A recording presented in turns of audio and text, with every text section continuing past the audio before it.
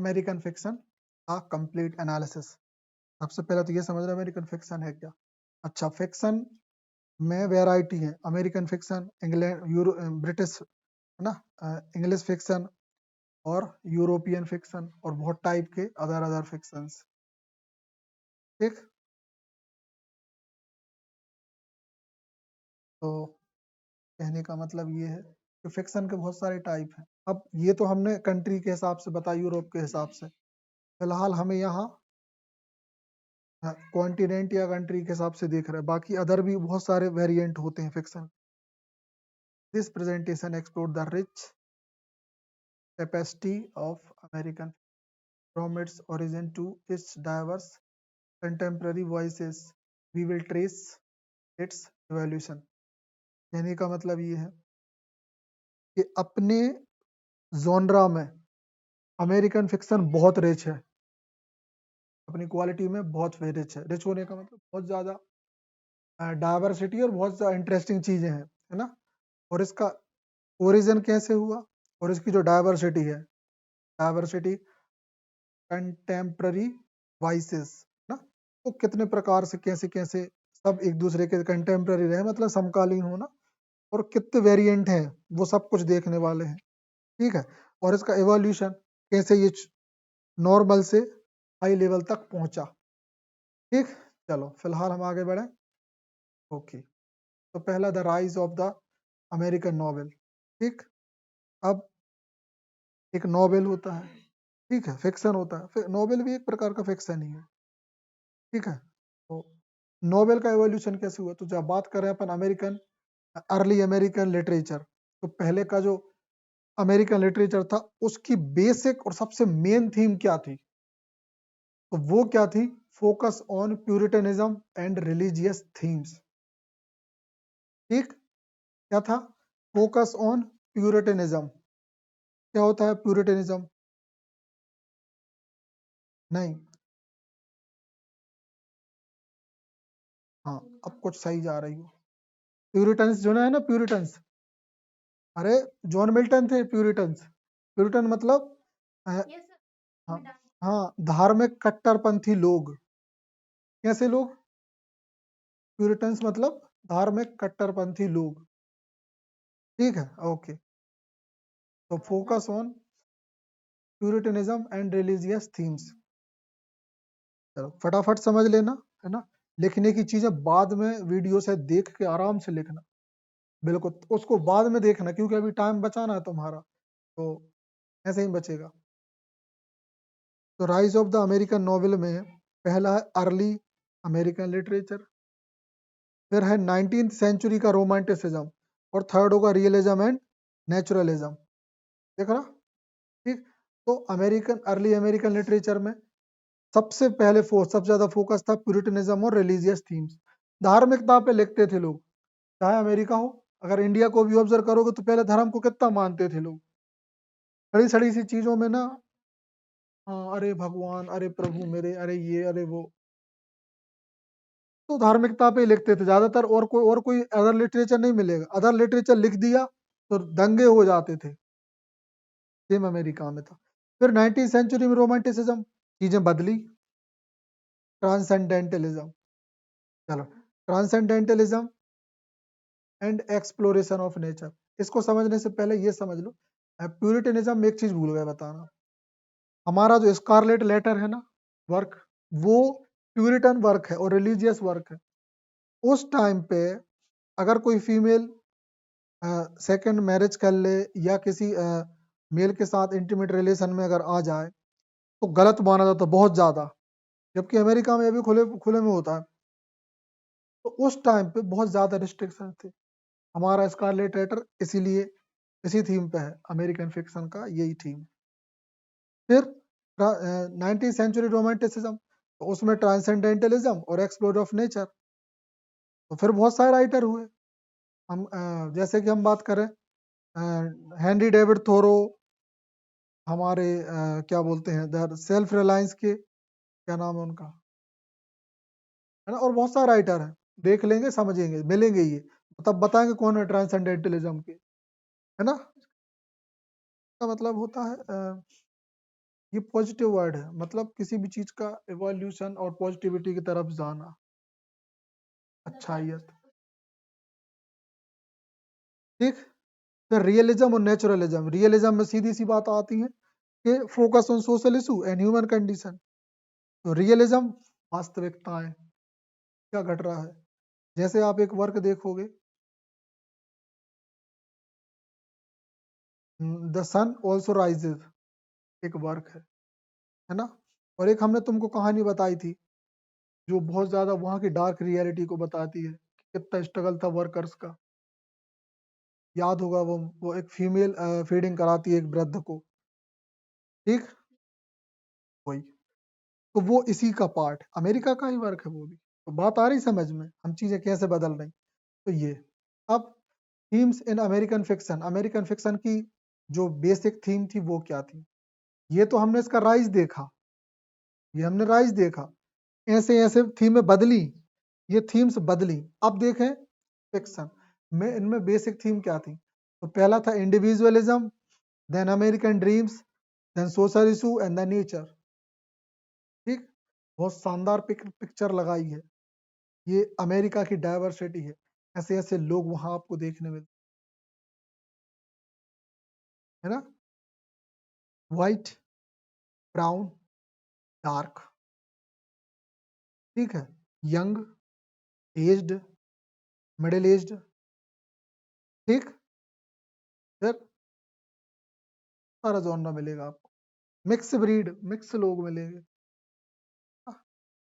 हमें black American भी होंगे, व्हाइट अमेरिकन भी होंगे, उनकी मिक्स जनरेशन। मतलब बेस्ट पिक्चर्स में से मान लो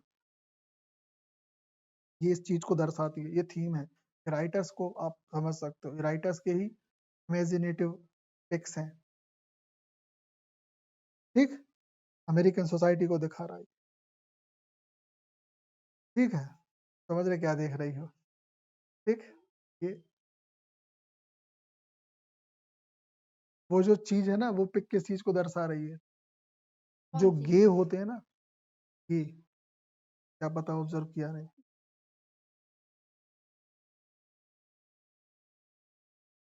ठीक है ना।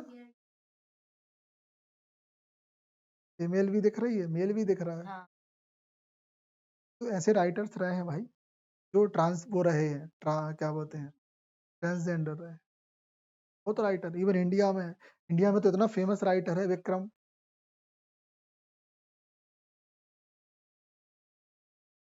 विक्रम सेठ। कोई छोटी पर्सनालिटी नहीं है। इंडिया की सबसे फीमेल, फर्स्ट फीमेल जज का लड़का है। अभी ये दोनों ही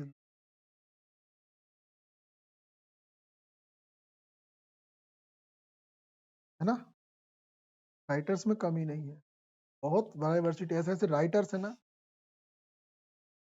उनके वर्क सुन के दिमाग खराब हो जाएगा, लेकिन मतलब खुश, मन खुश हो जाएगा ये समझ। लेकिन उनकी रियलिटी बहुत बाद में लोगों को समझ में आती है। वो इंसान लग कैसे सकता भाई, क्रिएटिविटी है, किसी में भी पैदा हो सकती है। जरूरी है कि मेल फीमेल होना आवश्यक है। चलिए फिलहाल हम बात कर रहे हैं इस चीज की कि थीम्स। तो individualism, emphasis on personal freedom and self reliance. Self reliance तो अपना वर्क भी है, पर्सनल फीलिंग को इंपॉर्टेंस देना। Then American dream, pursuit of success and happiness in the new world. America के लोग सक्सेस के पीछे भागते हैं, देखा होगा आप। और वो एक नई दुनिया है, अमेरिका बहुत डेवलप है। क्यों है डेवलप, चेहरे पे दिखता है अमेरिकन के, आप तो चेहरे पे देखो ना, है ना। एक मैच्योरिटी दिखती है, एक स्ट्रांगनेस दिखती है अमेरिकन से, है ना।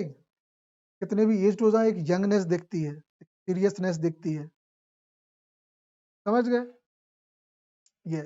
Then social issue, exploration of racism, जातिवाद। मतलब रेसिज्म मतलब वो होता है वर्ण भेद, है ना।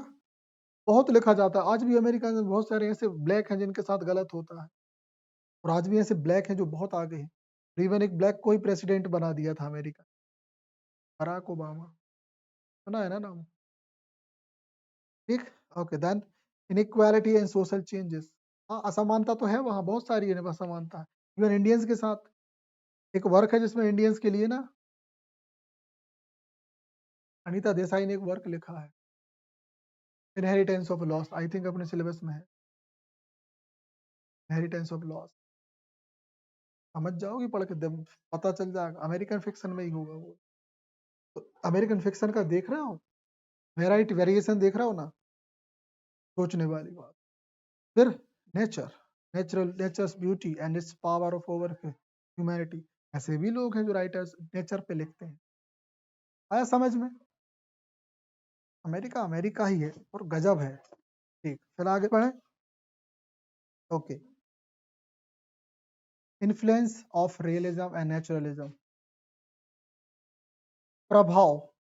अब हम ज्यादातर इस पे अभी फिलहाल फोकस कर रहे हैं अपन कि रियलिज्म पे अब बहुत ज्यादा वर्क लिखे गए, हमने इसका एवोल्यूशन देखा, थीम्स देखी, फिर देखे हम फर्क क्या पड़ा, मतलब रियलिज्म नेचुरलिज्म पे बहुत लिखा है। अब रियलिज्म क्या है? Focus on accurate portrait of everyday life, प्रतिदिन का। एक वर्क याद आ गया हमें, Edward Elby, Elby first time सुनना होगा, एडवर्ड एल्बी, जिसने एक वर्क लिखा है,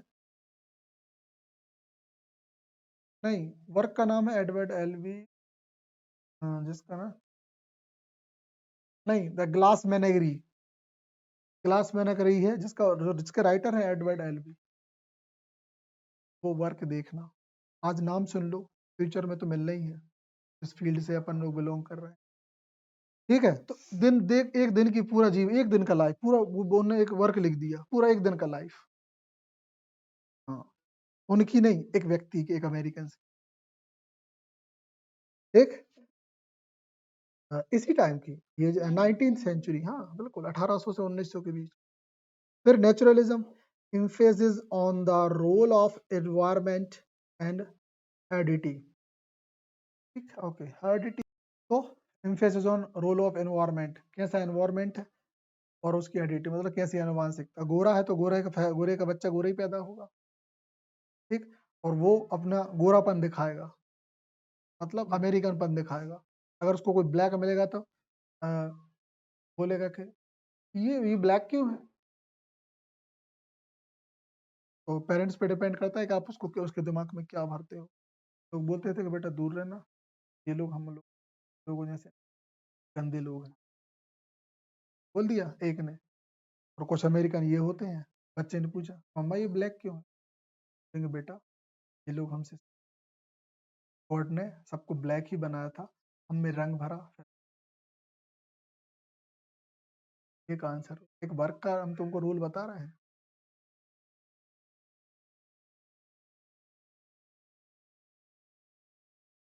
समझ गए ना, समझ गए ना, ये चीजें।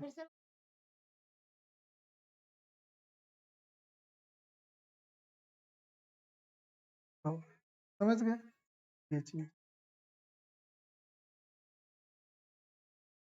चलो, नेचुरलिज्म देख लिया, फिर की ऑथर्स, अब खास खास राइटर्स कौन है, तो मार्क ट्वेन का famous work the adventures of Huckleberry Finn, अब भी देखा सबसे ऊपर।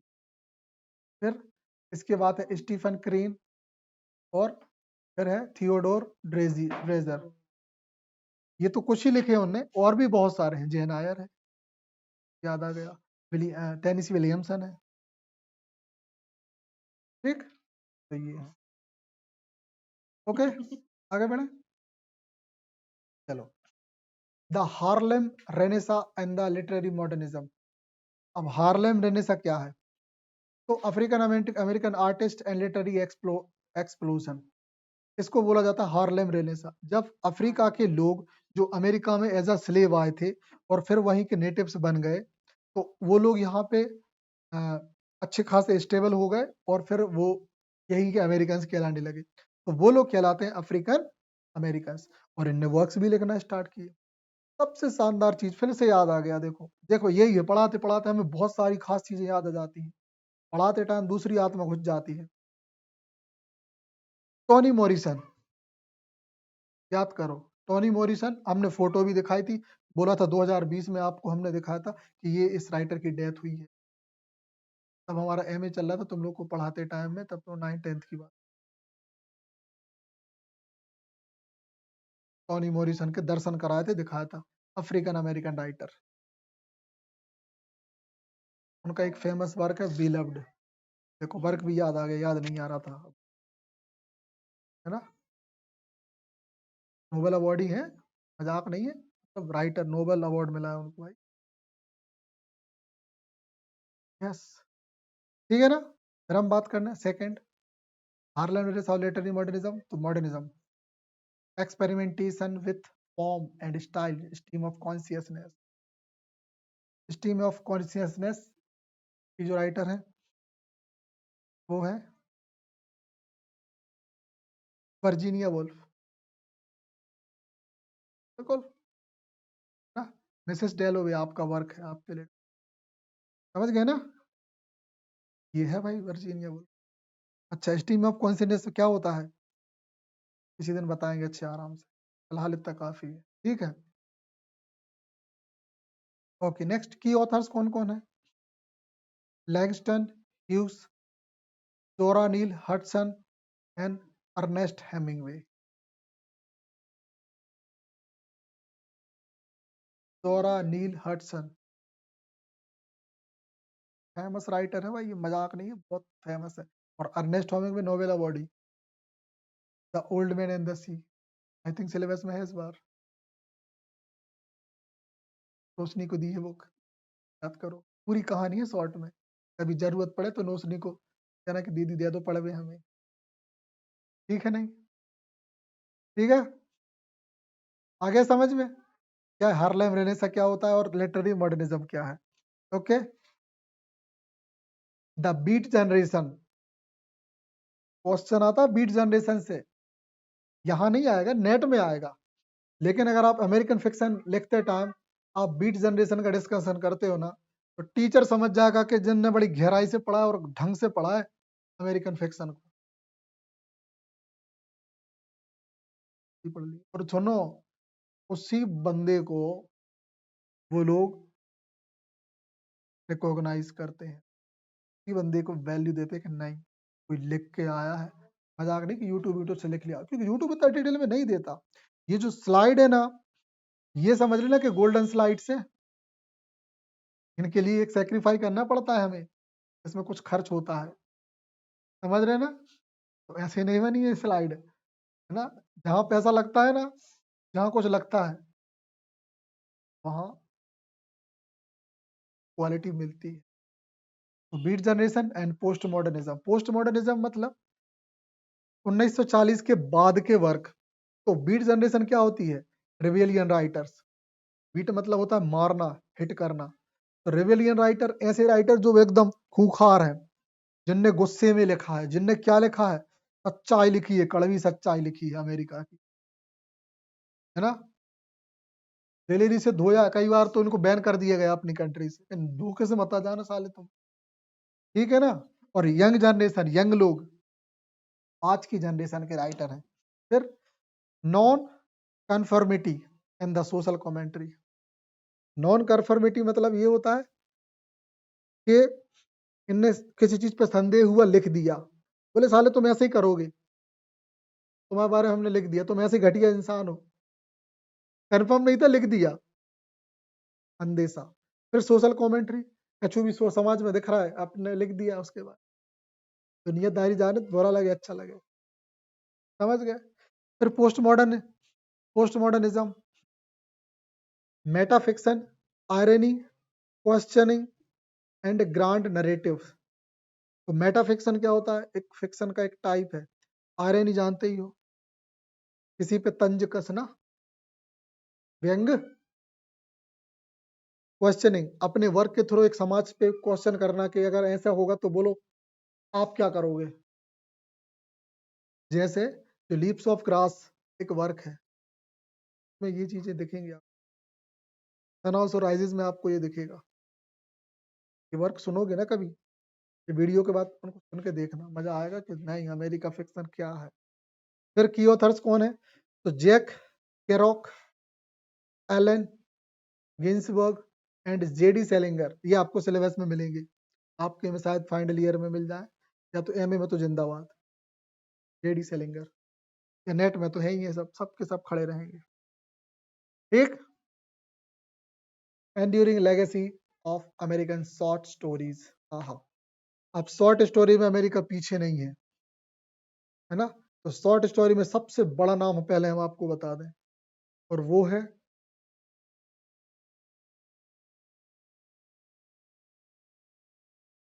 Edgar Allan Poe. कौन है? Edgar Allan Poe, short story में सबसे बड़ा नाम। और उसकी कहानियां ऐसी कि मजा आएगा, कोई भी कहानी उठा के पढ़ लेना, मजा ना आए तो ये समझ लेना कि क्या बताएं, अभी लिटरेचर छोड़ दो, है ना। स्पेलिंग गलत हो सकती है लेकिन ठीक है, देख लेना। एडगर, सॉरी एन है ये, Edgar Allan Poe, short story writer. Edgar Allan Poe, कोई भी वर्क उठा के देख लेना, यूट्यूब पे सर्च मारना, है ना।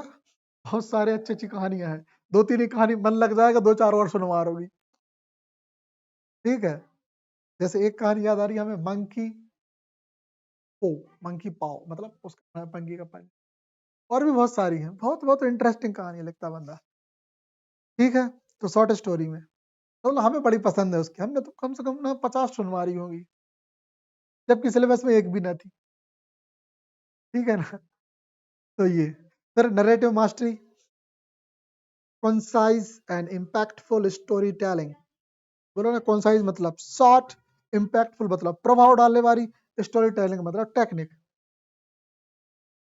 हाँ, मतलब स्टोरी बोलने की कहाँ तरीका। फिर मेमोरेबल कैरेक्टर्स, भैया के वर्क में देख लेना, वैसे मिलेगी कहाँ। जैसे हैप्पी प्रिंस, सिलेबस में थी आपके स्कूल के, आई थिंक 11th या 12th में, हैप्पी प्रिंस देख लेना। ठीक है, किसी सिलेबस में अभी भी है किसी के, हैप्पी प्रिंस की कहानी है, देख लेना, अमेरिकन राइटर ही है। अरे देख लेना, पढ़ी ना होगी तो फिर क्या करें हम। हाँ, तो फिर किसी दूसरी बुक में होगी वो, बुक्स भी अलग अलग थी ना। हमने पढ़ा, लेकिन हमें याद आ रहा है कि वो है किसी में, क्योंकि हमने पढ़ा है ना अभी जो पेपर के टाइम पे, वर्ग 1 के टाइम पे। देख लेना। तो memorable characters, intriguing characters with depth and the complexity।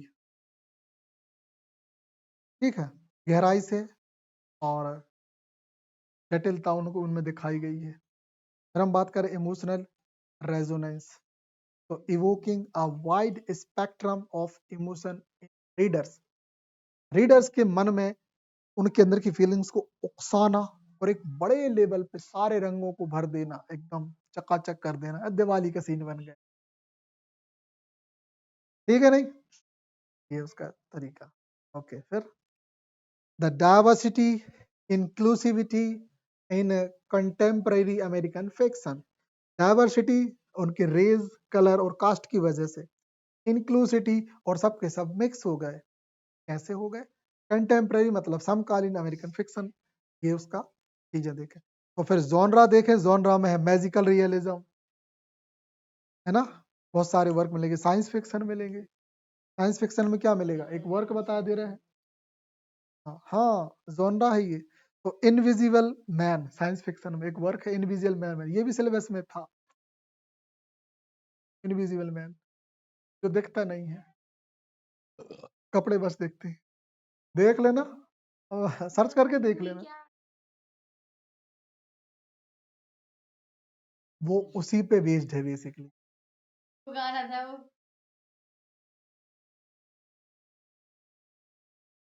कहते हैं मुझको हवा हवा, बिजली गिराने में हूँ आई। ठीक है, मूवी का नाम है मिस्टर इंडिया। ठीक है, फिर हम बात करें हिस्टोरिकल फिक्शन। बहुत सारे जो ब्लैक डेथ है ना, तो ऐसे वर्क लेके गए। ब्लैक डेथ का वही तो बता रहे हैं हम तुमको, the sun also rising rises. ठीक। अब राइटर्स की बात करें तो है Gabriel Garcia Marquez. Gabriel Garcia Marquez. हाँ, गार्सिया पढ़ सकते हो, गार्सिया मार्कीज। बड़े टफ नाम है। Octavius Buttler. बटलर अमेरिकन होगा। हाँ, ये भी अफ्रीकन होगा। Chimamanda Ngozi Adichie. हाँ, हाँ, गोजी एन साइलेंट होता है। हाँ, Chimamanda Ngozi Adichie. Practice makes a man perfect. वैसे पता होता है जिसने जितना पढ़ा, जैसे जिसने जितना पढ़ा ने उतना सीखा। खतरनाक होते हैं। हम भी फर्स्ट टाइम पढ़ रहे इस नाम को, लेकिन रॉन्ग नहीं हो सकता। डेडिकेशन चाहिए होता है भाई, डेडिकेशन चाहिए होता है। आज अगर हमने तुम्हें ये टॉफी खिलाई है, ये छोटी मेहनत की टॉफी नहीं, वक्त बिताने का, मेहनत करने का, डेडिकेशन। आज हमारे लिटिल हैप्पीनेस पे दुनिया अगर मोर हैप्पी है ना, हमें नहीं है पता, हमसे ज्यादा दूसरों के स्टेटस पे हमारी फोटो डाल दी, कल ही हमारे रिश्तेदार आ गए न कि हमने कोई की स्टेटस पे देखी थी, ऐसा हम आए डाल दी। हमसे पहले सरपंच से पता चल गई थी का कोई बर्गे का मिठाई लेके आओ तो सरपंच घर है। तो बात समझ रहे, ये चीजें होती हैं। आपकी सफलता को दुनिया रिकॉग्नाइज ऐसे नहीं करती, तो पीछे मेहनत होती, तगड़ी और बहुत सारा।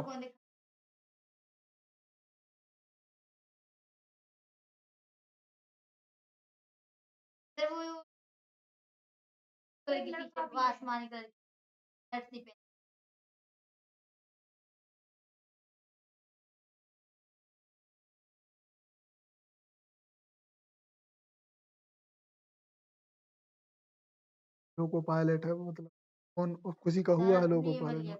हाँ, समझ गए समझ गए। एक अपने माता मोहल्ला का है, एक माता मोहल्ला का, एक वो लोको पायलट। ये बनते हैं एनटीपीसी का पेपर, मतलब उसमें हालांकि मैथ सही होती है। ट्रेन चलाते हैं भाई। अरे सुन तो लो भाई, आपको पहले टेक्निकल नॉलेज दिया जाता है डब्बों का। जब आप डब्बे को फील करने लगते हो ना, इंजन को, जब आप ट्रेन को फील करने लगते हो, सोच लगते हो ये मेरा घर है, तो घर में चलाने के लिए फिर आपको असिस्टेंट लोको पायलट, फिर आपको धीरे धीरे असिस्टेंट लोको पायलट बनाया जाता है। और फिर क्या टपक गया, मेहनत करते हैं लोग, डार्क मेहनत होती है अंधेरे में, मतलब ऐसे कमरों में मेहनत होती है, मलिया में कम नहीं है लोग।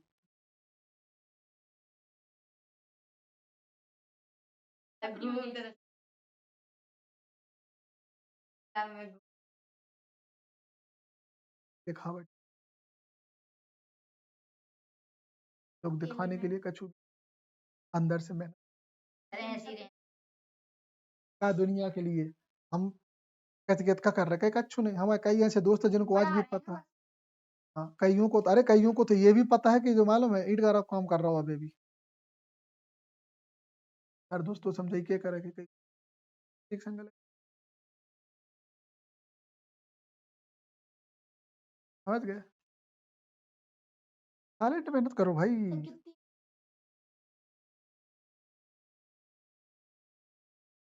33 तक होती, कर गए जितनी नहीं।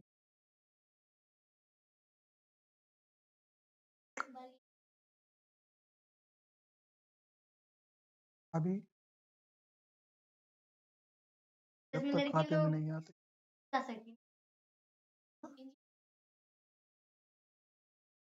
छोड़ो, अब तो मैदान बदल गए। हम कह तो रहे जामे जाता है भाई पेमेंट, वहां में तुम्हारी 30 से 35 से वहां में तुम्हारी 30 शुरू हो रही है, 25 से 30 शुरू हो रही, यहाँ में तुम्हारी शुरुआत ही 30 से हो गए। अगले 3 साल में तुम्हारी पता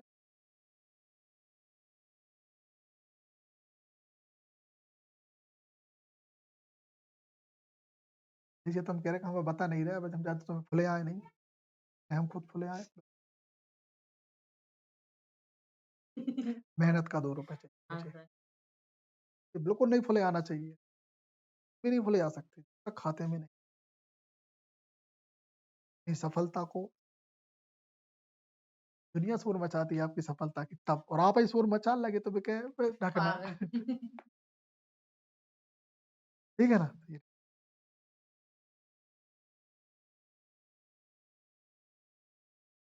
ये तो हम कहते हैं कि हमें दिखना, हमारे स्कूल में भी हम ज्यादा कोई घंटा बात नहीं करते, धाए से क्लास धाए। हम इसी क्लास में जाते थे, 2 लड़के है कि अगर बीच में कोई हमसे बोल गया ना तो हम उसको 1 मिनट बात करने के बाद हमसे बोले ही देते हैं थोड़ी देर बाद, यार हम लेट हो रहे हैं क्लास। लड़कियां रहती सिर्फ बैठ जाती हैं। हाँ तो वो इस बात को समझती हैं ना उनको ऐसा टीचर मिला है कि जो ऐसी बात बताता हो कि वक्त की कीमत क्या होती है।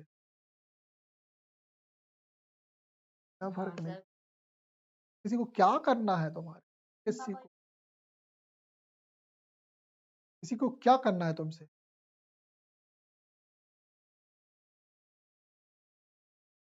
इसीलिए हम बोलते हैं कि भाई जब तक अपना साथ है पढ़ लो, वो भी बता रहे हैं हम ऑनेस्टली।